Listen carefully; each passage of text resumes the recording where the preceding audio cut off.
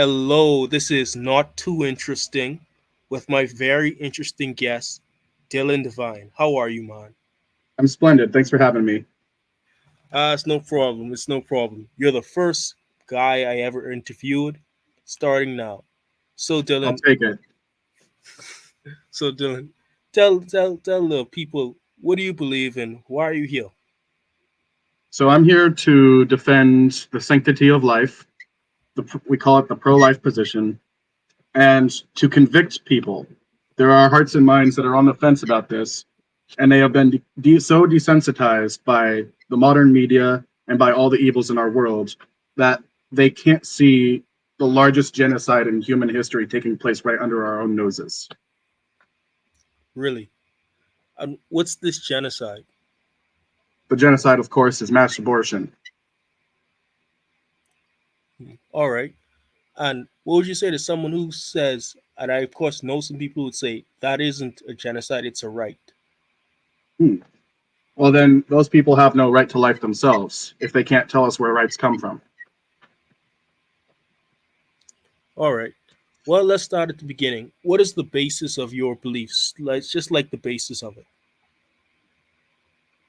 So the basis of the belief would be that every human being is intrinsically valuable, regardless of their capabilities, regardless of their intellect, regardless of what they can provide for society, which is why we would consider it murder if you were to unplug someone on life support who is innocent, or or if you were to assassinate someone who was, say, severely autistic. Mm-hmm. However, these arguments against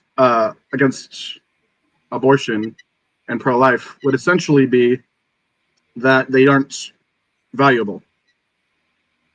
Right. Now, there are other antinatalist positions besides abortion, which we can get to later. I just want Mm-hmm. to start with abortion first. All right. So we would say it's not just that we hear them say that they aren't people yet. They say the child isn't valuable because they aren't a person yet. However, Yeah. no person should have the authority to define personhood. Would you trust any government with the ability to define which humans are people and which humans are not people? If they did that, it'd just be whoever agrees with them or people, whoever doesn't isn't. Well, it's too much of a dangerous power. Yeah. Well, let's look at so homicide is the killing of another human being. Now, some Mm-hmm. homicides are justified or legal, and some are not.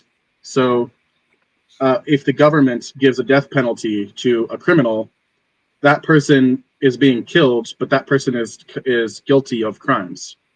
That's why we Yep. don't consider it murder if a murderist or a rapist gets killed by the government, if they get the death penalty. Mm-hmm. However, if it comes murder, in order to be murder, it needs to meet certain criteria.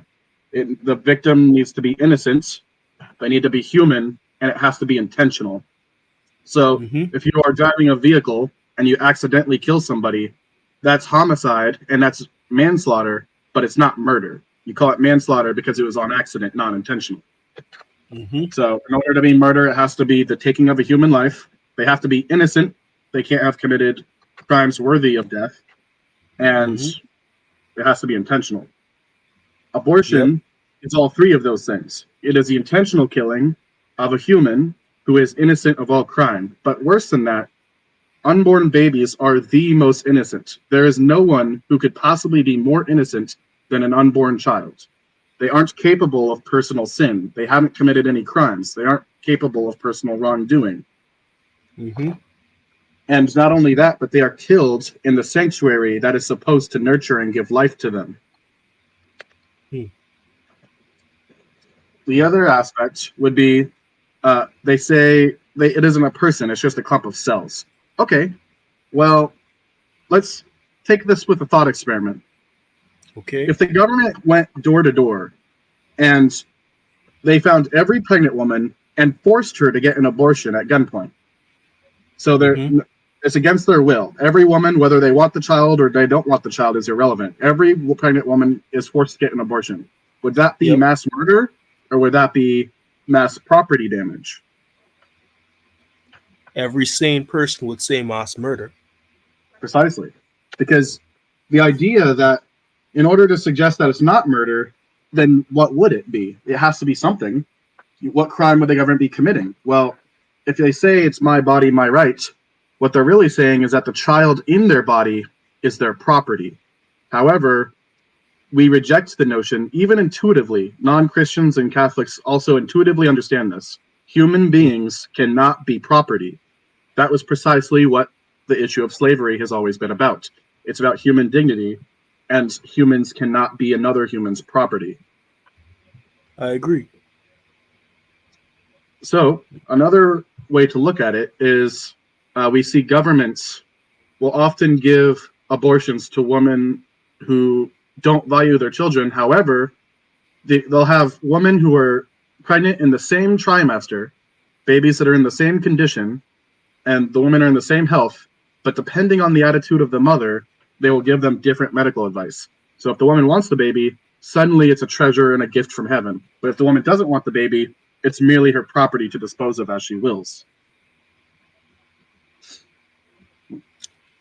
Can I interject? Yes, What this brings to mind is sort of like how a pet dog is viewed in a way. It's a sorry, this is kind of fucked up, but in my mind, it's kind of like if I have a pet dog I like, mhm, I'll keep it and I'll take care of it. But if I don't like it, well, I'll throw it in a river or something. In that precisely. same way, Yeah, would you say this is a case of a woman who was pregnant, choose but a woman who's pregnant doesn't want the baby? Would you say she's sort of like a child who has a puppy they don't want, where they asked for it, they did the thing to get it, but now that the consequences of their actions are now upon them, and they don't want to take responsibility, they're forsaking it. So could you mhm. say this is a case of them saying, my wants overshadow this baby's wants? And even though that baby didn't do any crime, it's inconvenient to me. Yes, Would you say? precisely. But I'm also glad you brought up animals because we do view animals as our property, even though they're a living creature. Mm-hmm. However, even animals, which are our property, still have some rights. So if someone is abusive to animals, if they commit animal abuse and they get Mm-hmm. caught doing it, they could be charged and imprisoned for that. So we Mm-hmm. prosecute people for abusing animals, at least in decent first world countries where they care about that sort of thing. Uh, Mm-hmm. so if we care enough about even the rights of other organisms like animals, which are our Mm-hmm. property, because you can own an animal. However, you Yes. can't own a human, which means as a society, we are currently placing more value and giving more rights to animals and to our pets than we are giving to our own offspring. That's actually what the word fetus means. It is just Latin for offspring. So they say it's not a human, it's a fetus. They're literally saying, well, it's a human offspring, but I don't want to recognize it as a person. Hmm. I never thought of it that way. My mind's kind of blown, man. And I think people do have a soft spot for animals precisely because animals are typically innocent. You know, a dog or a puppy, it's not capable of the same evil, the same moral evils as a human. Like if a dog hurts somebody, if a dog bites or kills another animal or does something it shouldn't be doing, we don't blame the animal because the animal isn't capable of higher thought. It's just following its training, its upbringing, its nature. Whereas humans, we have a moral standard that transcends the nature that we are beholden to. So we see animals as innocent, yet a baby is even more innocent than an animal. Mm-hmm. Another way to think of this is what the purpose of sex even is. Modern society, even if they won't explicitly tell you, everything you see is telling us that the purpose of sex is supposed to be pleasure, but it's not. The purpose of sex is twofold. It is to reproduce. That is why we have reproductive systems in the first place. But it is also to unite a husband and a wife. The two should become one flesh. And in the act of their love, they create another human being. So I see. it is generative. It is a love that unites the spouses together, but is also life giving and life creating. So Mm-hmm. to abuse sex by normalizing abortion and contraceptives and um, and popularizing one night stands, what it does is it puts a wedge between men and women, and it separates us from the purpose of the act. You could say that, for example, a lot of people thought that when the birth control pill came out, it would decrease teenage pregnancies. The logic Mm-hmm. behind that was, well, if you can take this pill, you're less likely to get pregnant, therefore pregnancies will go down. But it actually Yes. had the opposite effect. When How? the as soon as the pill came out, we started seeing by the 90s there was a huge spike in teenage pregnancies. And the reason why was because it changed our entire attitude towards sex. It made people very casual and nonchalant about it, whereas in the past it was understood that the purpose was to create children and to unite husband and wife. But now the purpose is only for pleasure, and as a byproduct of that, even with all of the contraceptives in the world, even with pills and condoms and everything, there's more teenage pregnancies, not less. More accidental and unplanned pregnancies, not less. And abortion furthers those ends. Hmm. Damn. I didn't know that. It's pretty But sad. hmm.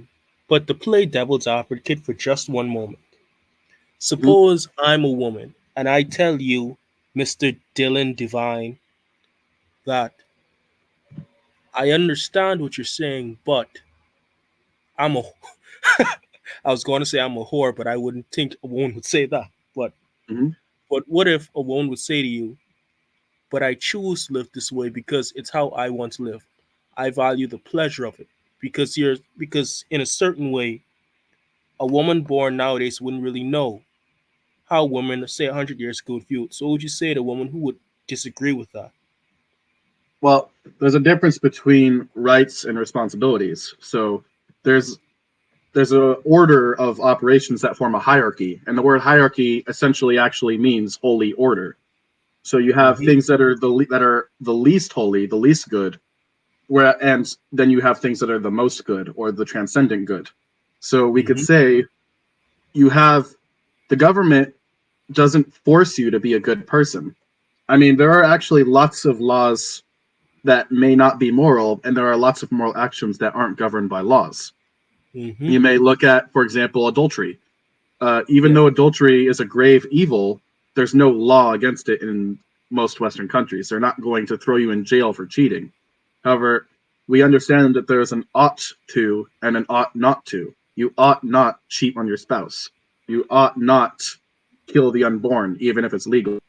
If there's a country where it's legal to kill people who are born, that doesn't mean you should do it.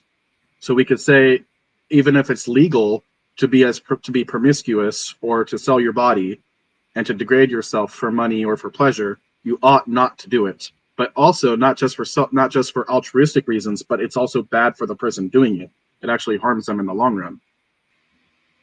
And how would you say this harms society and people in the long run? Well, the first one we talked about is it disorders our attitude towards things like sex, and it actually increases some of the negative consequences like unplanned pregnancies. But Mm-hmm. also, it makes everybody unhappy and dissatisfied because we find satisfaction in doing what we ought to do and in minimizing our addiction to the things that we ought not to do, which is what makes addiction so evil. I'd say addiction is probably the worst thing on that could exist, because addiction is when you have habitually engaged in something that you ought not to do, that drives a wedge between you and the transcendent ideal, and it becomes incredibly difficult to separate yourself from it. It's like it's not merely liking the things of the world, it's being unable to go without the things of the world, whether it be drugs or money or sex or anything. You make yourself a slave of the world. Would be a Precisely. good. Well, everyone is a slave to something. That is the greatest lie of the devil, is that the lie of the devil is that if you serve God, that you're serving a master. And so if you're serving a master like God, then you aren't free. However, that's already the case. If you're not a slave to God, then you're a slave to sin. There is no alternative. You can either be a slave to Christ or a slave to sin. Yes. Hmm. And we see this precisely in addiction. For example, the homeless man on the street who's addicted to crack, he might not have any job or responsibilities or family that he has to work after. His schedule Hmm. isn't full of things that he has to do, but he certainly isn't free. Freedom isn't when you have total autonomy to do literally anything that you want. Freedom is when you have the freedom to pursue virtue. So, in a good society that is ordered properly, you will have less crime, you will have intelligent people who care about their civilization and its laws, who care about the people governing them, because, as Plato put it, you will get the leaders you deserve. And if you don't involve yourself in politics, then you will be ruled over by incompetent people who hate you. Hmm. So we have to order ourselves for the good so that we have the freedom to pursue virtue. You could say in the early days of humanity, people were just trying to survive. Agriculture freed up our time so that one person can feed many people, and those people now have the freedom to pursue either virtue or they can fall into decadence, and that's what becomes an addiction. Hmm. So let's Very talk interesting. about. Do you have any other questions before I move on to this other thing? Hmm. No, no. That is just a lot to think about, a lot to digest. But yes, move on. What else do you want to say? Well, let's talk about what it means to be conservative in the first place. To be Mm-hmm. conservative is, it seems like a vague term because we see people who call themselves conservatives who are not conservative. But Mm-hmm. to be conservative is integral into understanding what natalism and antinatalism is. Because to be conservative implies that you're conserving something. So, what exactly is it that conservatives should conserve? A Mm-hmm. conservative is Conservatives are those who understand that there is a covenant between the living, the dead, and those yet to be born. So, Mm-hmm. for example, uh, if our ancestors went through hell and back, building the world that we live in, and they had to sacrifice everything for their children and their children's children and their grandchildren's grandchildren, they made incredible sacrifices building our countries. America, as well as every other Western nation in Europe, were all built on the backs of hardworking men and devoted women. Without them, we wouldn't be here. And we take for granted everything that we already have. Mm-hmm. Well, with this in mind, we shouldn't disrespect our elders. We shouldn't throw them in retirement homes and then forget about them just because their presence is inconvenient to us or reminds us of our own mortality. We shouldn't just shove old people into retirement homes and forget about them. We should Yeah. do what some Asian countries do, which is cherish the elderly, cherish them, enjoy their wisdom, hear their stories, because they built this country. Uh, so that also means we don't have the right to wantonly go around tearing down statues of Confederate generals or the founding fathers or Civil War heroes or Revolutionary War heroes. It, Mm-hmm. it's a it's a matter of pure ingratitude for people who were born with all of the benefits of living in a wonderful modern country to then tear down the legacy of all the people who built this country. But with that in mind, just as they made sacrifices for us so that we could be here, we owe it to them as well as to the future to pay it forward and make sacrifices ourselves for our children and their grandchildren and so on and so forth. What this means is, for example, any child who was raised in a good home will be taught that if they visit someone else's house and if they're a guest with someone else, they have a Yeah. duty to leave it better, to leave it cleaner than before they arrived. You don't go to someone else's house as a guest and then leave it messy. So, since we've inherited this planet of ours, since we've inherited these civilizations and this world, We should leave it better for our children and grandchildren than before we were born. We should make it a better place that's more hospitable for future life, not less hospitable. Mm. What you're And saying, so that involves not killing them in the womb, firstly. yeah, bro. What you're saying, what you're saying is very countercultural Well, because absolutely, I'd say, because mhm. oh, oh, sorry to interrupt you there, but I'd Oh, say I interrupted you. just to wrap up my short say here is it seems that nowadays the focus is on the self, wherein a person's everyday actions and everyday axiom should be me. How does this affect me? Is this pleasurable to me? And I'd almost say now to live your life like someone in a community, someone who doesn't live solely for themselves, someone who doesn't just have sex and have fun and just live a life totally for yourself. That in itself is countercultural. And what you're saying, it struck a chord, struck a Oh, deep chord. yes. It's very countercultural. You actually just summarized what Satan said in, I believe it was, I can't remember. I think it might have been the film adaptation of Paradise Lost. He said, the serpent says to mankind, do what thou wilt, that shalt be the whole of the law. So essentially, just do whatever you want, and that is the law. Well, the thing is that what you're describing is hedonism, which is the pursuit of self pleasure. And people derive pleasure from many things, not just sexual, of course. But hedonism doesn't actually lead to satisfaction. Satisfaction isn't a constant state of joy. So even if you do the right and virtuous thing at all times, you won't always be full of joy, jumping and doing cartwheels. However, you will be satisfied. Your soul will be at rest because our souls were meant to rest in the transcendently good. That's why Saint Augustine said that the Lord made us for Himself, and our hearts are restless until they rest in Him. So until we unite our will by ordering it, until we unite our will with Christ by ordering it towards the highest good, we can never find rest. There is no rest for the wicked. Um, the thing you described with communities is very true because just like how the cell is the smallest building block of life, the Mm-hmm. family, the family unit is the smallest building block of a civilization. So, in order to destroy an entire civilization, all you have to do is undermine the family. Mm-hmm. And forces and powers have always known this. The Soviet Union understood this. All the communists knew this.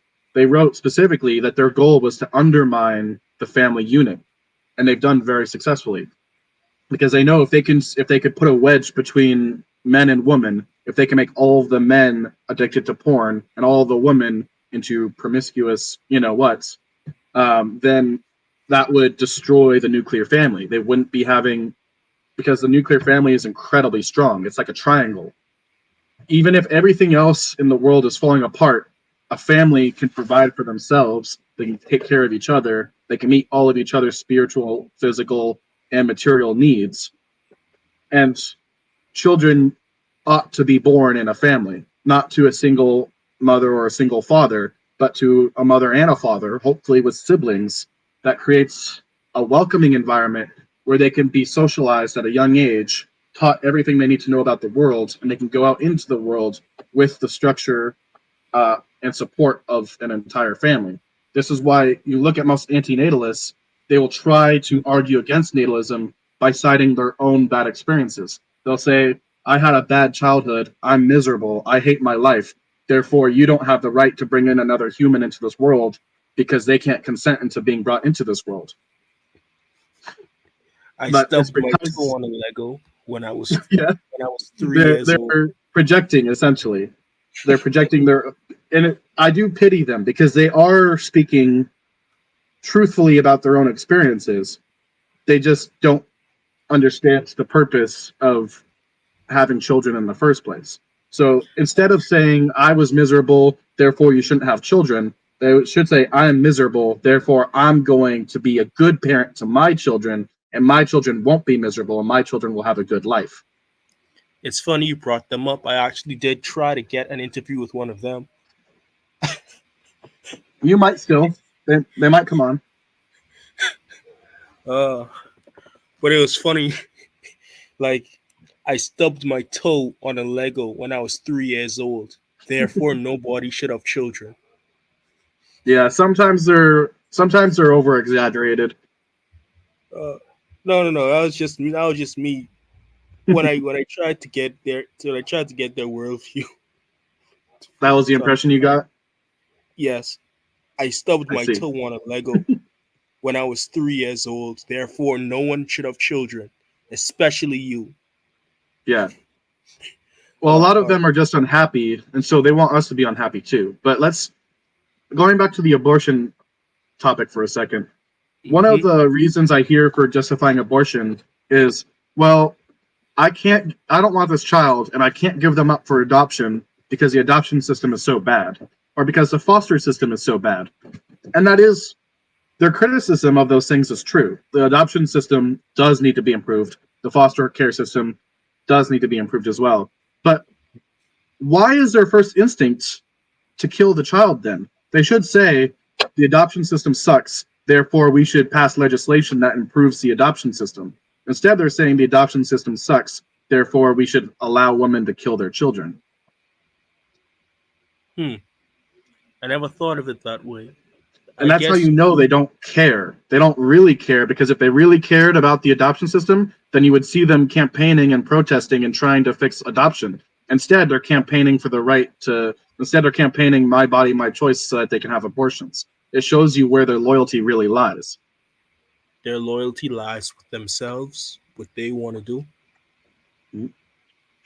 So, in the Old Testament, the ancient Canaanites would sacrifice to a god called Molech, and they would sacrifice their own babies to Molech. That's why God had the Canaanites wiped out, was because they were sacrificing their babies to Molech. Well, Mhm. and what would happen is a Molech would be this big bronze statue, and it would be heated over a fire until the arms were sizzling hot. And then they would place the live baby in its sizzling bronze arms and cook the baby alive. And you would have these drummers beating the drums as loud as possible to drown out the noise so that the parents couldn't hear the screams of the child. Mhm. Well, today, now they just do it in the womb. That way it's silent. You can't hear it at all. Now, we understand intuitively that killing a baby is wrong, even if it's a fetus. They might say, some abortion activists will still say, okay, I'm against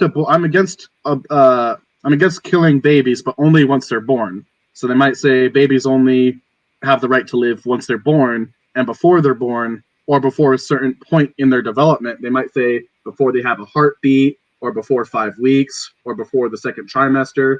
They might say at a certain point it attains its value. Well, the problem Mhm. is that even if I took a tiny fetus in the first trimester, if I took a living fetus and I brought it out in front of a group of people and I chopped it to pieces alive in front of them on a table, they would be horrified. They would intuitively understand how disgusting and evil and vile that is. However, Mhm. because we do that in the womb, where the doctor does it alone and no one else can see what's going on because it's inside of her body, no one can see it or hear it, suddenly it's okay. That's what they think. Oh, you gave me a very horrible mental image. And it's true though. Like, take the Holocaust for example.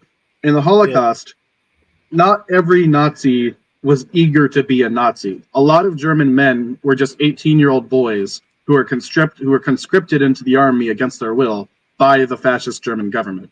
Well, a lot of them were guards at things like concentration camps.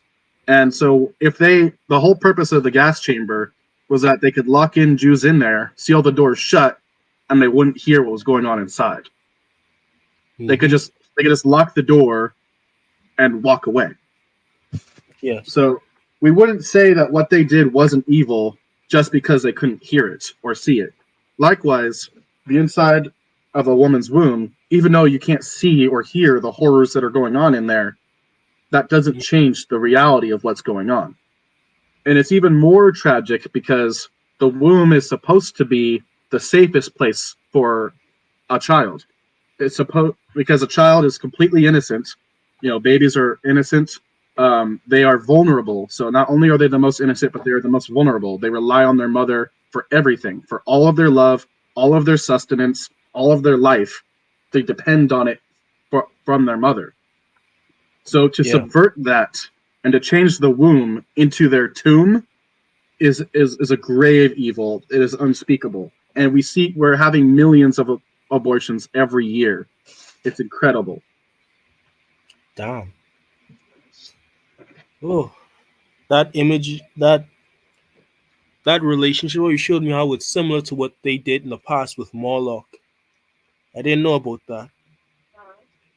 Yeah, and if you go on, there's a channel called Expedition Bible. You can look up where it talks about. There's a video on Expedition Bible where this archaeologist Jimmy Cramwell, he actually Yeah. goes to the sites, and you could find the bones of children that were Yeah. burned, and he Hmm. actually goes to these sites and digs them up. Yeah. Say his channel name again. Shout out to Expedition Bible. Check him out after you finish watching this video. Anyway, yeah, that is very interesting, man. Dark times. But I'd ask you the question. Sure. I'll ask you this question. In the face of all of that, what would you say drives a woman to get one? Like, why would a woman want to get one? And is Well, there ever a mhm. justifiable reason to get one? No. Now let me give this needs some explanation. So Mhm. most women aren't trying to be evil if they get an abortion. That they aren't trying to be. No Um, one tries to be. well, I don't actually agree with that. There's an entire subreddit. I am so sorry that I have to expose you to this, but I think you need to know just how evil this rabbit hole goes. So there is an Okay, entire I'm on board. subreddit dedicated to women who intentionally get pregnant so that they can have an abortion because they have a fetish about killing babies. What?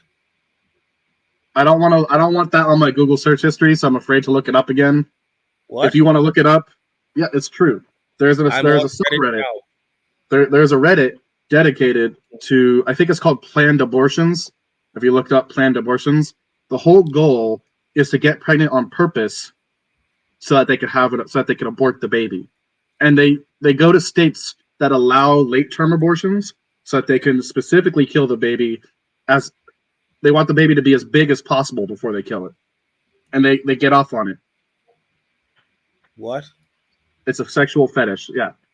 Look it up. Planned abortions. It's real. Those women are actually evil. I don't think most abortions are intentionally evil, but some of them are definitely completely evil. Damn. I didn't know Uh, that. yeah, Well, God save I'm their soul. amazed that they won't ban that subreddit. God save this. Well, you know who owns Reddit. Yeah, You you rules know for who thee, but not for me. the same people who own the banks. Mhm.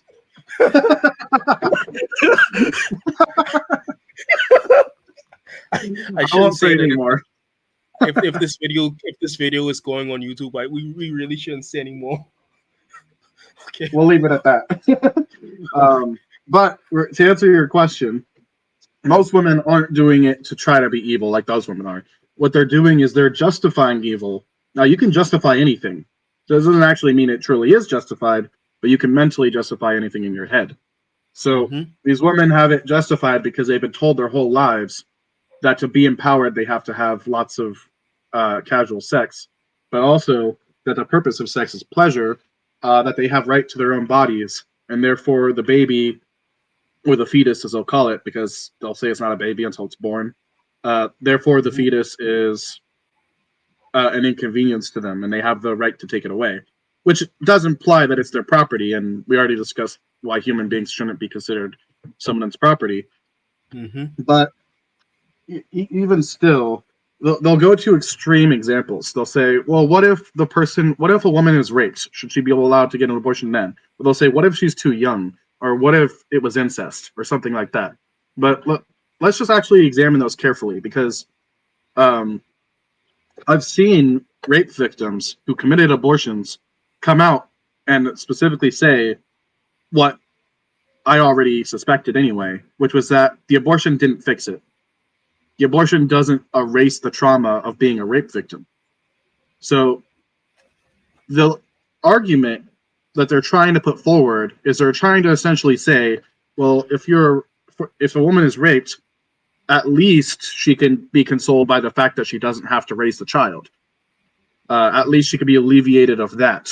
But it doesn't actually work that way, because these women who are sexually assaulted, if they have an abortion, now they still have the trauma of the sexual assault, but now they also will have the guilt of the blood of the child on their hands forever.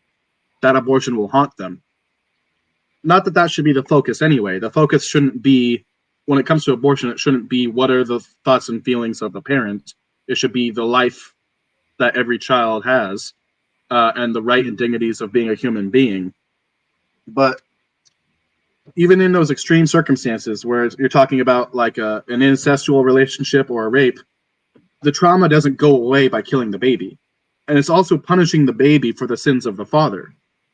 Now we can say that God, as being omniscient and all knowing, he knows all of our hearts, and when we die, we don't truly die, we just change locations because you enter the Mm-hmm. afterlife. Well, so Yes. God has the right to take or give life. He's the one that gave us our life. So Mm. we could say, so if God kills one person or gives life to a person, we can't make judgments on that. However, as human beings, we don't have the right to take the life of other human beings, especially for the sins of the Father. Mm-hmm. Yeah.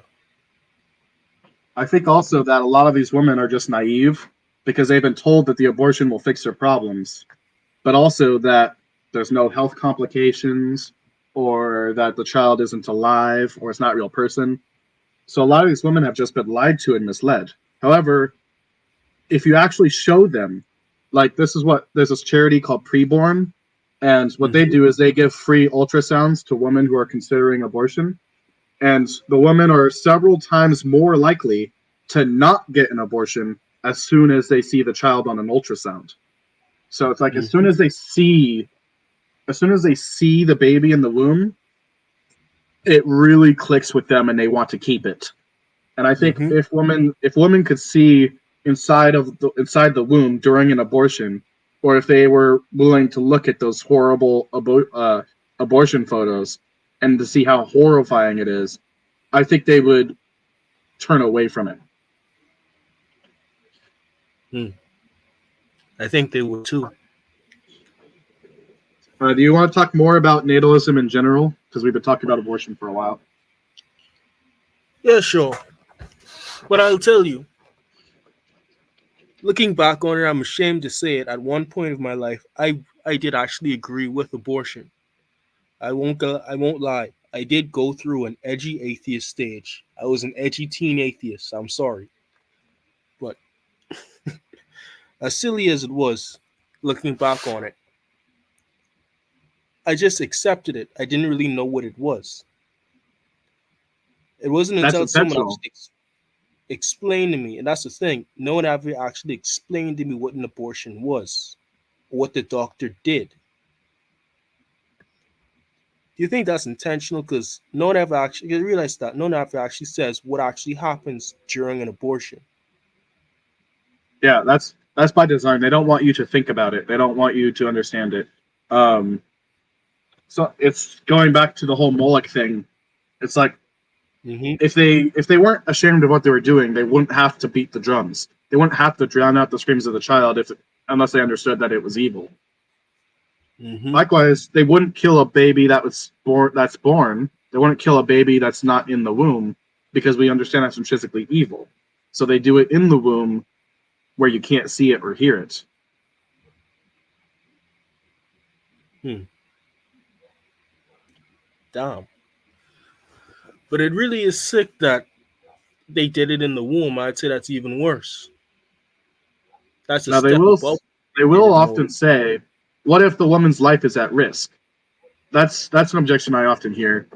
But let's think about how this logic for a second. Let's say let's say I had cancer. However, a genie told me that if I kill another innocent human being, that my cancer would be eliminated and I would get to live. So in other words, I have to kill someone else who is completely innocent in order for me to save my life. Well, Mm-hmm. that logic still doesn't hold up to scrutiny because because I don't have the right to kill someone just because I'm dying. I don't have the right to kill someone else to save myself unless they're guilty of something. So, like in the case of self-defense, if you kill someone who's breaking into your house that and trying to harm you or trying to harm your kids or your wife, well, that's not murder because that person is guilty and you're just defending yourself. However, Yeah, I don't have the right to kill someone who's innocent in order to save myself. correct. And as we discussed earlier, there's nothing more innocent than an unborn baby. They aren't capable of committing a crime or a sin. But it's also a subversion because love is supposed to be self-sacrificial. That's what the cross represents. Is Christ says, "I give my life for you." In the Gospel of John, he says to his disciples, "True friendship is to lay down your life for your friends." And so, as parents, and this is something that most healthy families understand, a good parent, if they, most good parents wouldn't hesitate to die for their child. And even though Mm-hmm. I'm not a parent, I would die for that way. You can do the editing thing later. All All right. right. Whereas with abortion, they're saying instead of sacrificing myself for you, I'm going to sacrifice you for myself. I'm going to sacrifice you, the innocent baby, so that my life can be spared. Mm-hmm. But it's also just not medically warranted because many abortions, most of the situations, not all, many of the situations where an abortion is justified could have been solved with better medical care or with a C-section or other medical options. Um, Mm-hmm. one of the things I hear is there's a condition where an egg that is fertilized can begin to grow into a child in the fallopian tubes. Now, Mm-hmm. babies aren't meant to grow in fallopian tubes; they're meant to grow in a womb. And so, if the baby grows, it will kill both the mother and the child. And there's currently no known way to save it. We don't have the medical technology to save a baby that is being born in the or that is being grown in the fallopian tubes. And so they have to remove. So they remove they remove the fetus, and the fetus dies. However, Mm-hmm. I wouldn't classify that as abortion because if they leave it, the baby is still going to die. But if but by taking it out, at least the mother can live. So I don't think it's the same. I don't think it's intellectually honest to say, well, what about those cases where the woman will die if they don't remove the baby? Because Mm-hmm. if they're talking about these pregnancies regarding the fallopian tubes and such, the baby is guaranteed to die either way. So they have to remove it. Otherwise, the mother will also die. Mm-hmm. But in situations where the baby can be spared, they don't have the right to kill it. And they certainly don't have the right to kill it for eugenics, such as saying this baby might have this condition or that condition, especially with how often the doctors are wrong about those things anyway. Mm. I don't know, man. What if the baby But if the baby what? the baby is a Republican? Oh, well, in that case, they saw it wearing a MAGA hat in the ultrasound.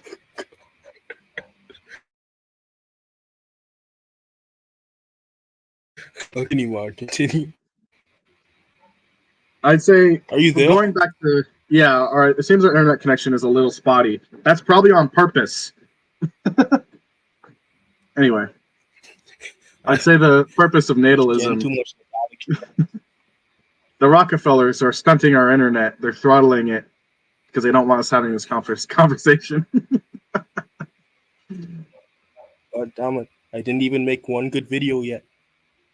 It's okay. We'll get there. Okay, okay. So the purpose of natalism is to is to going back to this idea of a covenant between the living, the dead, and those yet to be born. Mm-hmm. Just as our parents make sacrifices for us, we should have children and make sacrifices for them, because one, if we don't, the human race will go extinct, Mm-hmm. which no sane person wants, unless you're, of course, very anti-human. But two, because we have a moral obligation to not leave the world worse than when we arrived. And when we don't have children and we pursue selfish pleasures, then the world does become a worse place. Right now, I hear people talking about overpopulation, but it's the exact opposite. Especially in most Western countries, the birth rate has stagnated. They're below replacement levels. In order to be Oh, at replacement levels, it has to be every two people have to have two children. And right now we are below replacement levels. So that means population declines precipitously.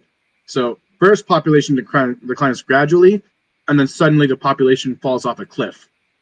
The reason why is because when you have fewer children, that means that the next generation has fewer people to populate with, which means that they will have fewer children, and those children will have a smaller pool of people to reproduce with. And so it's exponential. Just like how you have exponential growth with rabbits who can have 16 baby rabbits, all the time. That also works in the reverse. When we don't have children, the population declines exponentially. And so when that happens, really bad things are going to start happening, because all of our infrastructure in all of the civilized countries like the US and most European countries depends on the population growing. So you need farms to grow a certain amount every year. You need roads to be built a certain amount every year. You need a certain number of animals being bred every year. And these things need to be increasing, not decreasing. Because as soon as you have less people and the population starts falling, then you have less people tilling the land. You have less people growing food. You have less people drilling oil. And then you have a growing population of old people. Because if you stop having children, the people don't just go away, they just get older. So as the people get older and older, there's no young people left. And so you'll have a world full of elderly people and no young people to grow the food, no young people to get the oil, no young people to keep the electricity running. And so things fall into chaos. That's how entire civilizations collapse. And we actually see this with the Mouse Utopia experiment. In the Mouse Utopia experiment, a box was created huge enough to fit thousands of mice. And these mm-hmm. mice had everything that they needed. They had lots of water, lots of space, lots of bedding. It was a comfortable temperature, lots of males and females. They had Mm-hmm. everything that they needed to thrive. And so you'd expect that the mice would thrive. And for the first couple of generations, they did. But then Mm. every generation just got worse and worse. The first few generations were okay. But Yeah. eventually, when the population peaked, uh, the mice became dumber and dumber. They started because they didn't have to fight for survival, and because their lives were so easy, they became dumber. They became more aggressive. The males started killing the other males for no reason. We saw more of the mice becoming homosexual. So we'd see male mice mounting other male mice. The woman mice just started refusing to reproduce. So the female mice just stopped allowing the males to have babies with them. And then the male mice would turn against each other, and they would also kill the female mice because they were resentful. And we kind of see that with like incel culture, where it's like a lot of women are very picky, and so there's a lot of men who can't find a partner, and they become bitter and resentful towards women. We're starting to Mm-hmm. see that sort of thing play out. And what happens was, even though this enclosure had plenty of space for more mice, instead of the population growing, it just suddenly dropped and they went extinct. And this last generation of mice was called the beautiful ones. And the reason why they're called the beautiful ones was because they would spend all day just eating, drinking water, and grooming themselves, which sounds a lot like what's going on with, like Instagram. And do you see where I'm going with that? I see where you're going with that. Thought culture is mouse beautiful We're ones for yeah, humans. we're in the beautiful in the stages of human development. We are in the beautiful ones stage, which means that the population collapse is probably right around the corner.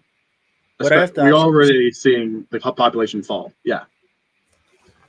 to me, this seems like an artificial disaster because, in my head, once the population starts to go down, we're stopping the next generation, even though there's fewer of them.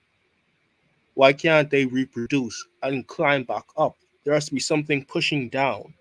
But what's this force pushing down the population throughout time? Is it just moral decay and degeneracy? Or what would you say Oh, is so pushing it's yeah. So it's all of those things. So the first is just the way the numbers work. So it? uh, if every generation is big and plentiful, there are more opportunities for men and women to fall in love, to get married and have children. Mm-hmm. Whereas if the population is smaller, a lot of more of them are more likely to never find a partner and to die alone. Mm-hmm. So even in the most decadent and depraved society, it's Mm-hmm. still possible to find a partner because of the sheer number of people. Even if only 1% of them, or less than 1% of them, are any good, that still means there's thousands and thousands or millions of potential partners out there. But as the population shrinks, so does the dating pool, and so does the marriage rates, and so does the birth rates. Especially as abortion is getting more popular, so we're having less people are getting married, and less people are having babies, and the majority of the babies that are being conceived in the womb are being killed before they're born. And so this disaster is from multiple fronts at the same time. And then it's also making the moral decay speed up. It's like throwing gasoline on a fire. Mm-hmm. Hmm. I get you. I get you. What would you say it would be the end result of it, and also how would we counteract it? Well, the end result would be almost extinction. I say almost extinction because humans are very tenacious. And so even if we saw a mass even if we saw a mass population collapse, and even if we saw civilizations collapse, there would always be a subset of humans who survived. It would just reset us to a really dark age. It would be like re-entering the dark ages. Um, this is something I believe it was Albert Einstein who talked about. He was saying he didn't know what weapons World War III would be waged with, but World War IV was going to be waged with stones and sticks. Hmm. We might see something like that.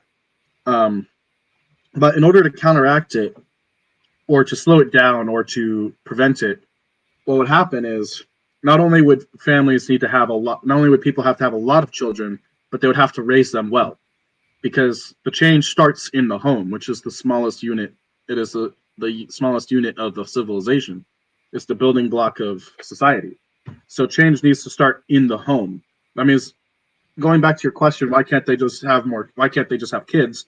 Well, if the next generation is half as small as the generation before it, they need to have twice as many kids just to get us back to where we were before they were born. So it makes it a lot more difficult. It becomes exponentially more difficult to have a population grow if it gets cut in half multiple times. Hmm.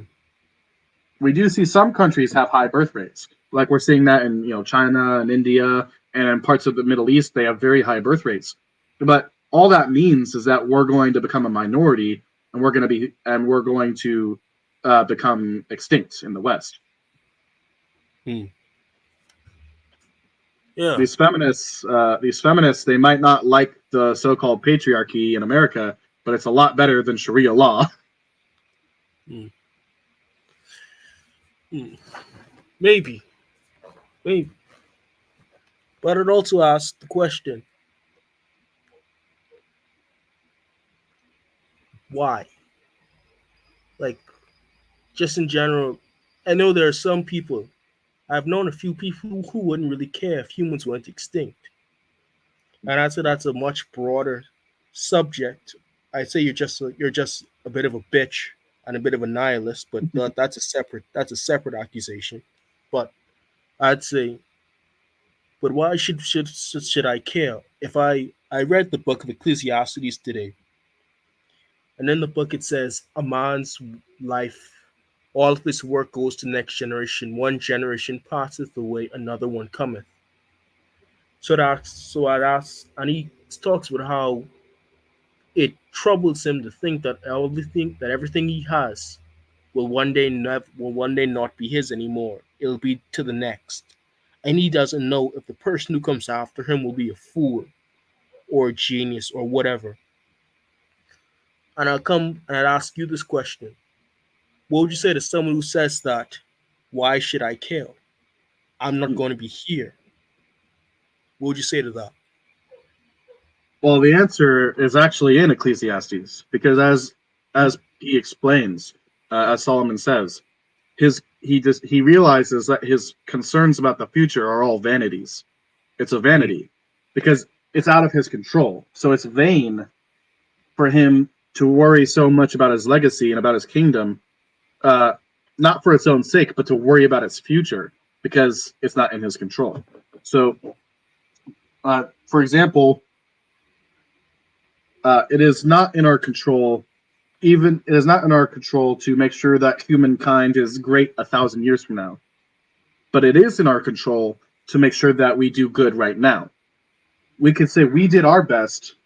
Now it's your turn to try to do your best. And if 5 generations from now or 10 generations from now, society, humankind goes extinct because they didn't do their best, we still did our job.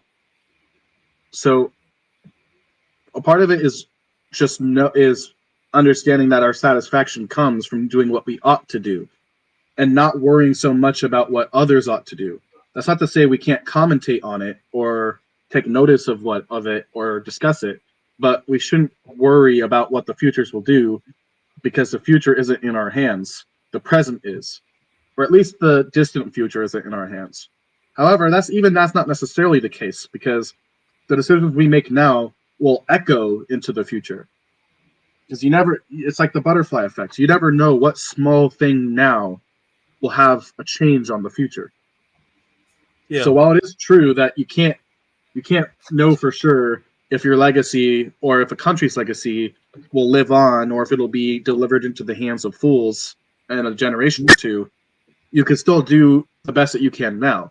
Notice when Solomon wrote Ecclesiastes, he didn't become a stupid nihilist and stop leading the people. He was a great king through and through. Well, actually, that's not entirely true. He eventually did sacrifice children to Molech, and then God had to cut his life short. That's a whole other topic. But he didn't just become a nihilist. He kept governing because he realized that his concerns were all vanity, and that instead of being vain and worrying about the distant future, he should just worry about his current future and what was in his control. Hmm. Very It's a stoic. matter of yeah, exactly. It's like you hear about the internal locus and the external locus. The internal locus is what you can control, and we can control our moral actions today and how we raise the next generation. But how future generations will raise their kids, that's outside of our control, so we shouldn't worry about it.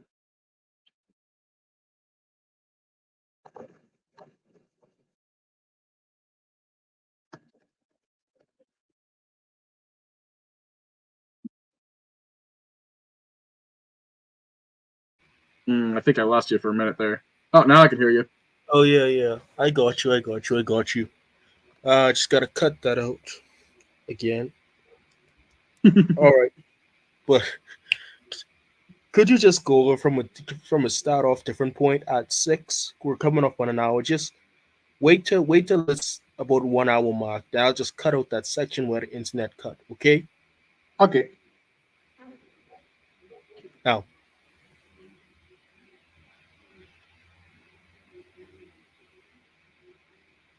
Right. So, any other questions at the moment? Hmm. What what drove you to these beliefs? How'd you come about these beliefs? Well, a lot of it is, some of it was intuitive right from the start. Mm-hmm. I've always, I think as a child, almost anyone would understand the evil of abortion. I think it's when we become adults that we're more susceptible to becoming jaded and desensitized to the evils of the world.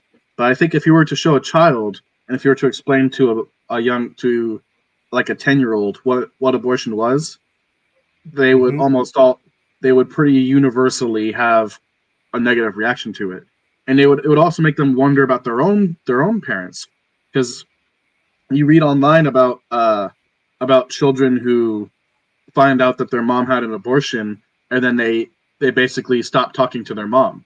Like, they just can't believe it, because they realize the only reason I'm here is because my mommy didn't abort me, and if she's capable of aborting one of my siblings, then she could have just been as capable as aborting me. Hmm. So a lot of it Very. is just, I think we intuitively understand evil. It's written on our hearts. I think the greatest, well, I'd say the greatest achievement of mine in this respect, and it's a very sour achievement, is to almost overlook that, to redefine what is good and evil, fail in doing so, yet keep going in our own selfish way. You know what I mean? Slaves to sin. Slaves to sin, indeed. But anyway, anything else you want to touch on? I think that's good for now, but I would check out, maybe do a shout out for the Lila Rose podcast. Also, Pints with Aquinas. They have a lot of pro life content. Michael Knowles as well. He's done interviews. They've met with the abortionists themselves. And I don't just mean people who support abortion. I mean the actual surgeons who carry it out. There's a great one Hmm? on Pints with Aquinas where a former abortionist who performed the abortions himself, he converted to Catholicism, uh, and he completely repented of it. But he goes into detail about the evil of it. But I think it's also just important to understand why we're here, because it's like some people say it's better to not be born than to be born and to suffer. But that posits this notion that suffering is the worst thing, or that suffering is something that should always be avoided, when that's simply not the case. Because suffering can make you stronger, and it can unite you to the transcendent good. Suffering can make you holy. Some of the happiest people suffered greatly. Um, and a lot of Men are people who not. suffer, yeah, a lot of people would rather live and suffer than not live at all. Like, if you have a child who's suffering, or a child who's in a wheelchair, uh, would you, even though they're suffering, would you say to that child, "Hey, do you want me to kill you? Would you rather? Do you want me to kill you because you're suffering?" I'm guessing most of them would say no. Unfortunately, we are seeing the growth of, like, euthanasia in Canada, and so a Hmm. lot of people with mental illness are being driven to commit suicide in this way. Yeah. But that is not necessarily representative of the average person who, even when they suffer, they still want to live. Hmm. Well, I'd say two things. The first of which is men are not taught virtues by pleasant means. Very rarely is a man ever taught how to be good by a way that is pleasant to him. And secondly, I think all of this stems from what you said about hedonism, and how, in a sense, our culture, as instead of it becoming Christian, instead of it being as it once was very based in Christianity, it's become hedonism. And when you value pleasure above all else, and you come to realize that life has within itself a whole lot of suffering involved, I think that's just a side effect of the worldview. The greatest, the easiest way not to suffer is simply not to live. Would you say that's an accurate description of it? Yes, but also the avoidance of suffering causes suffering. If you organize your entire life around trying to avoid suffering, that too is a form of hedonism. Only instead of just pursuing pleasure, you're trying to minimize your own suffering. However, Mm-hmm. this causes things like risk aversion. Risk aversion is where you won't do anything that has even the slightest risk because you're afraid to suffer. But if you're not willing to take risks, then you're not willing to live. So you just kind of exist. Take for example, like the tumbleweed. Every animal and plant and creature in nature serves a very specific purpose. If you took away, you might hate mosquitoes and you might hate fire ants, but if you took away mosquitoes or fire ants, entire ecosystems would collapse. Entire food chains would be destroyed, there'd be a mass extinction of various animals, and it would also affect the human race in that way. Well, you look at tumbleweeds, and what do? They grow, they die, they roll around, getting blown around by the wind, so that they can spread more seeds, so that those seeds can grow, die, and roll around. And they're not edible. They don't contribute to the soil. Uh, Animals can't eat the seeds because the seeds are sharp. They exist just to die and roll around, making more of themselves so that more can die and roll around. Uh, I think a lot of people are kind of aimless like that. There's a lot of people who just exist but don't necessarily live. Um, and so the avoidance of suffering, it's existing but not living. Mm-hmm. You're just living to roll around and have some sex every now and again, eat food every now and again. That's no way to live. Exactly. That's kind of what Wally was getting at. Hmm. All right. All right. Well, is that everything you have to say? Yes, sir. That'll do it for me. Thank you for the interview, Dylan. I really appreciate it. First ever full length interview on my channel. Not too interesting. Check it out. Thank you. I really appreciate it, man. God bless. Thank you. Not too interesting. Thanks for having me, and God bless, brother. God bless. End recording.